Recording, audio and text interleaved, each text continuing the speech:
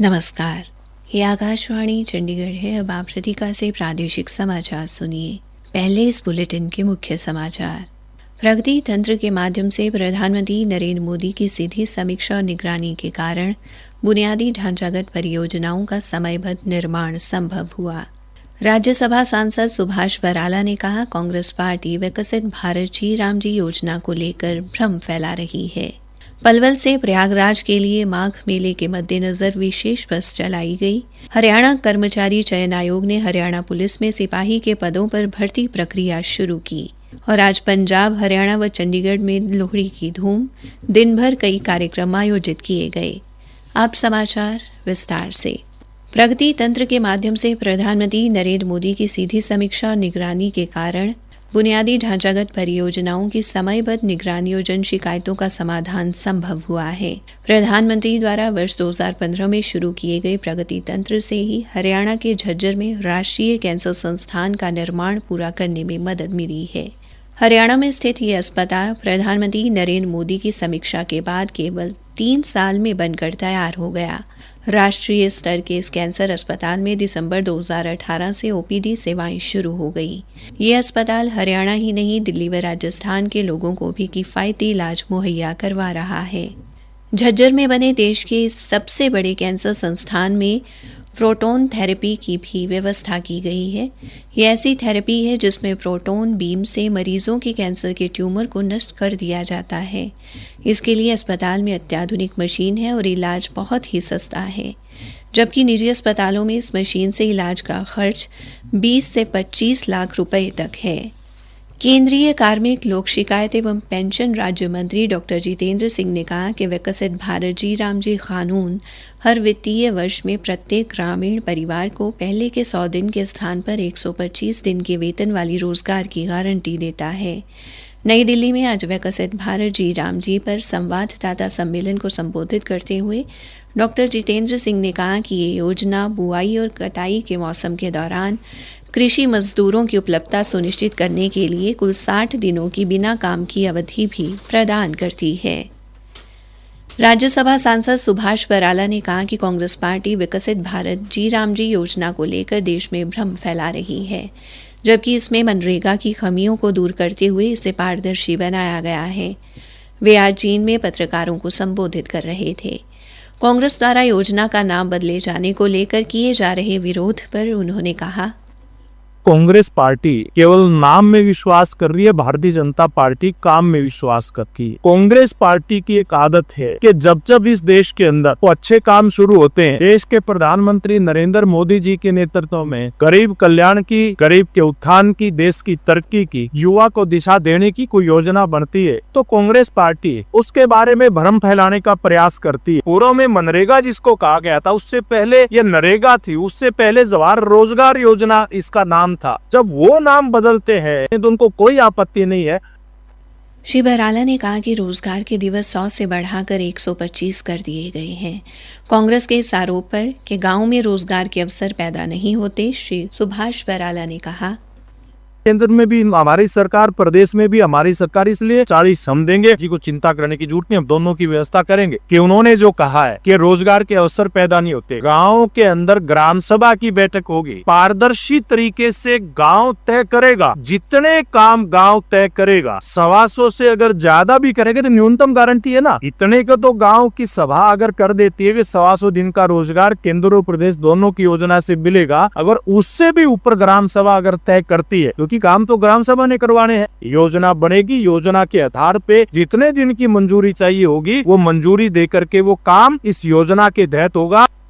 उन्होंने कहा कि वर्ष 2047 तक विकसित भारत के निर्माण के लक्ष्य को ध्यान में रखते हुए पंचायतों को आधारभूत ढांचे के निर्माण की छूट दी गई है, ताकि गांवों का समग्र विकास हो सके।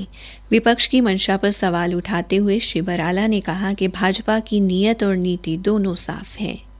उन्होंने लगभग 10 साल के राज में 2.3 लाख करोड़ रुपए इस योजना पर खर्च करने का काम किया, लेकिन हमारी सरकार ने इन 10 साल के अंदर 8.53 लाख करोड़ खर्च करने का काम किया। इतना उन्होंने 9 साल के आसपास काम किया, तो हमारी सरकार ने भी उतने समय में उससे 2.5 गुना करके दिखा दिया। हमारी मंशा बिल्कुल साफ सुथरी है, जो काम नीचे से पास होकर के आएगा, देश के कोने कोने में गरीब आदमी की भलाई के लिए नरेंद्र मोदी जी की सरकार उसको करवाए। प्रादेशिक समाचार आकाशवाणी चंडीगढ़ से प्रसारित किए जा रहे हैं। हमारे बुलेटिन और ताज़ा समाचारों के लिए आप हमारी वेबसाइट newsonair.gov.in पर लॉगिन कर सकते हैं। हरियाणा के खेल राज्य मंत्री गौरव गौतम ने आज पलवल बस अड्डे से प्रयागराज के लिए एक विशेष बस को झंडी दिखाकर रवाना किया। ये बस प्रयागराज में 15 फरवरी महाशिवरात्रि के पावन पर्व तक आयोजित किए जा रहे माघ मेले के मद्देनजर चलाई गई है। श्री गौरव गौतम ने कहा, हमारे इलाके के तीर्थार्थियों की, श्रद्धालुओं की एक मांग थी कि सीधा प्रयागराज बस पलवल से चले, और वहाँ तो ये हमारे श्रद्धालु गए। श्रद्धालुओं की जो डिमांड होगी, लगेगा ज्यादा लोग जाने के लिए इच्छुक है, उस पर हम इसको बढ़ाने का भी काम करें।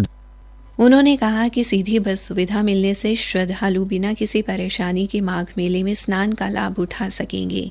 श्री गौतम ने बताया कि माघ मेले के समापन तक ये विशेष बस पलवल बस अड्डे से प्रतिदिन सुबह 8 बजे चलेगी और मथुरा, आगरा, इटावा, कानपुर, फतेहपुर होते हुए रात्रि 8 बजे प्रयागराज पहुंचेगी। पलवल से प्रयागराज का किराया 900 रुपये प्रति व्यक्ति के हिसाब से लिया जाएगा।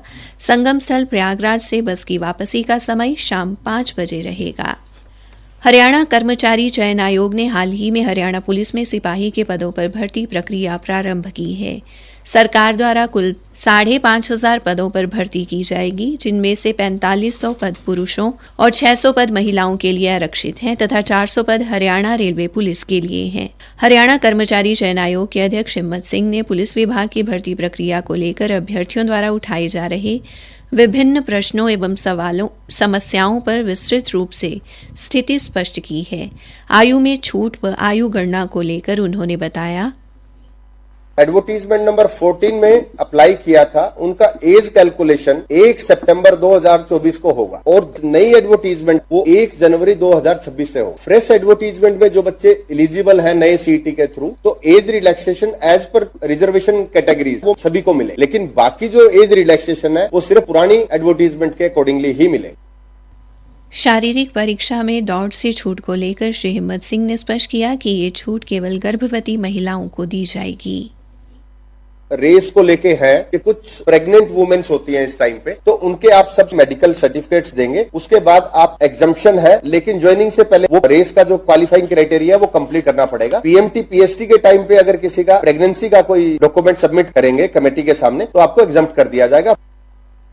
आरक्षण प्रमाण पत्रों की वैधता को लेकर उन्होंने बताया, इन दोनों एडवर्टीजमेंटों में जो डेट है वो सेम है, 12 जनवरी 2025 के बाद का वो रिन्यू होना चाहिए या इश्यू होना चाहिए।